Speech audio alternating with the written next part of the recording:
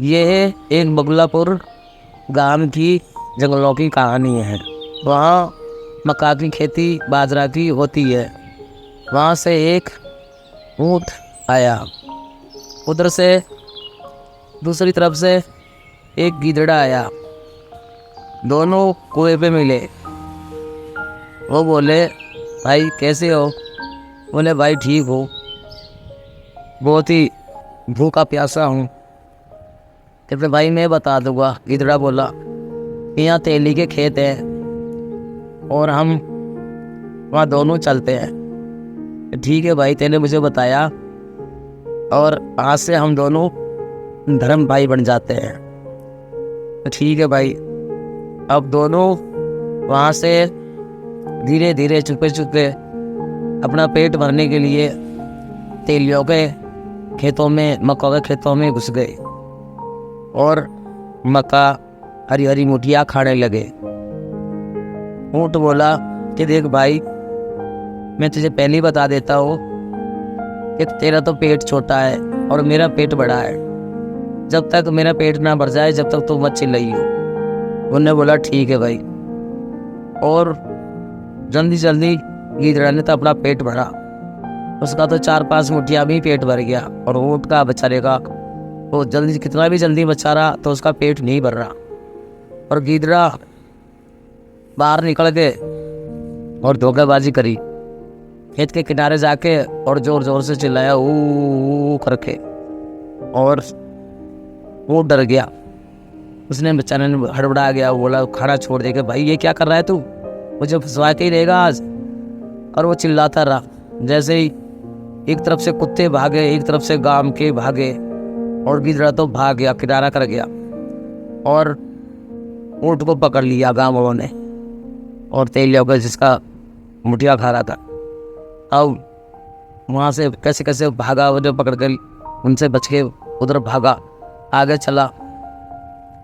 एक बड़ा नीम का पेड़ आया, उसमें महाल बैठा और उसने सोचा कि अब थोड़ा सा नीम के पत्ते खा लेता हूँ तो थकान दूर हो जाएगी। उसने जैसे ही नीम के पत्तों में मुंह मारा और गांव के उसके पीछे डंडे ले लेके भाग रहे। और जैसे नीम के मुंह में, पेड़ में मुंह मारा और उसने पत्ते खाए, वहाँ से माल टूट पड़ा उस पे और बेचारे ऊँट को पूरा माल ने खा लिया और बहुत परेशान हो गया और ज़ोर ज़ोर से भागा, उधर ही गांव की तरफ भागा। आगे जो कोल्हू वाला जो तेल निकालते हैं तेली, उन्हीं के खेतों में से वो मक्का खा के भाग रहे थे। उनने बोला, आजा बेटा इधर को, हमारी मक्का खा के आए हो तुम। और उनने पकड़ लिया। उनने कही भैया मेरा, और बोला कि भाई रुक जाओ, मुझे ऐसे मत मारो, मेरी गलती नहीं थी, मेरा धर्म का भाई बड़ा था। उसने कहा कि खेतों में मुठिया पक रही है, उन्हें खाएंगे, मैं तुम्हारा असली चोर पकड़वाऊंगा, ऐसे मत मारो मेरे को। पहले तो मेरे तिल्ली का तेल लगाओ और मेरे सारे जो माल ने खा लिया है वो सारे कांटे निकालो, मैं तुम्हें असली चोर पकड़वाऊंगा। तेली ने बोला ठीक है, कौन असली चोर है उसे ही पकड़वाओ मुझे आज। और वो सारे उसके कांटे निकाले और तिल्ली का तेल लगाया। फिर ऊँट बोला चलो मेरे साथ, तो पहले तुम यहीं ठहरना, मैं आगे देख के आता हूँ। वो आगे खेतों की तरफ बैठा और वहाँ वो गीदड़ा आम के पेड़ के नीचे आराम से पानी पी के बैठा। बोला, और गीदड़ भाई कैसे हो? कि मैं तो बढ़िया हूँ, तुम कैसे हो? तुम्हारे कितनी मार पड़ी? कि मेरे तो बहुत मार पड़ी भाई, मेरे को तो मद्दू मुखिया ने भी खा लिया नीम के पेड़ पे से और खूब लट पड़े मेरे। और भैया आ चले खेत में खाने। उन्हें बोले चल भाई, क्या आज तो नहीं चिल्लाएगा? कि नहीं भाई अब नहीं चिल्लाऊंगा। और उसका तो भरोसा नहीं था उसे। और गीदड़ा और वो दोनों फिर जाके उसी खेत में मुठिया खाने लगे। और ऊँट ने पहले ही बता रखी थी कि गांव वाले जैसे ही हम दोनों खाने लगे, थोड़ी देर बाद भी आके तुम पकड़ लेना।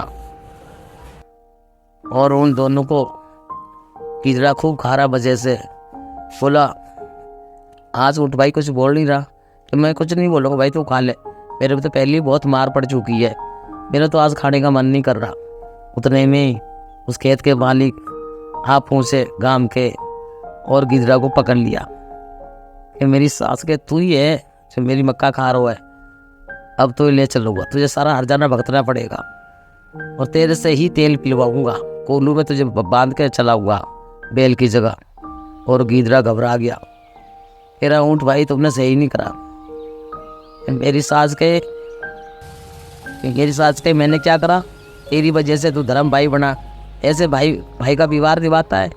मैंने बोला मत चिल्लाई तो तुझे मुझे खूब जम के पिटवाया, गाँव वालों से कुत्ते पीछे लगवाए, और आज तेरे पे आई तो बोला मैंने ठीक नहीं करा, अपनी करने की सजा भगत, और लग जा बेटा कोल्लू में, जैसा करेगा वैसा भरेगा।